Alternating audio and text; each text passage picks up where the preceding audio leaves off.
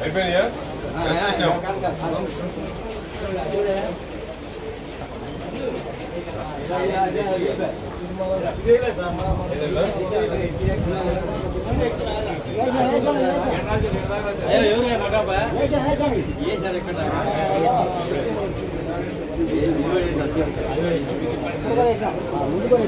మూడు చెప్పులు ఉంది అక్కడ.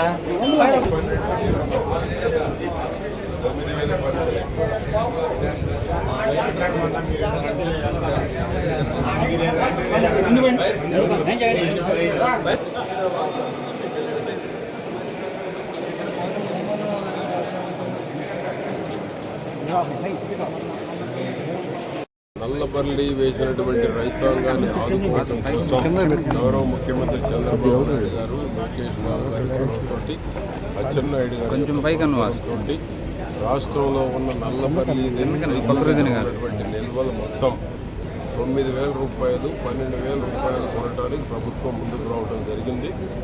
ఈరోజు రాష్ట్ర వ్యాప్తంగా కొన్ని కంపెనీలు గత సంవత్సర రేట్లను పోల్చుకొని ఈ సంవత్సరం రైతులు ఎక్కువ మంది ఈ నల్లబర్లీ వేయడం జరిగింది.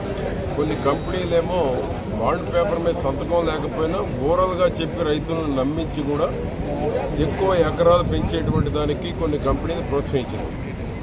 దాని ఫలితంగానే ఈరోజు నల్లబర్లీ ఎక్కువ ఏరియా వేయటం కూడా జరిగింది. 13 మండలాల్లో 72 గ్రామాల్లో వేశారు. 99,000 క్వింటాళ్ళు ఈరోజు రైతుల దగ్గర ఉంది.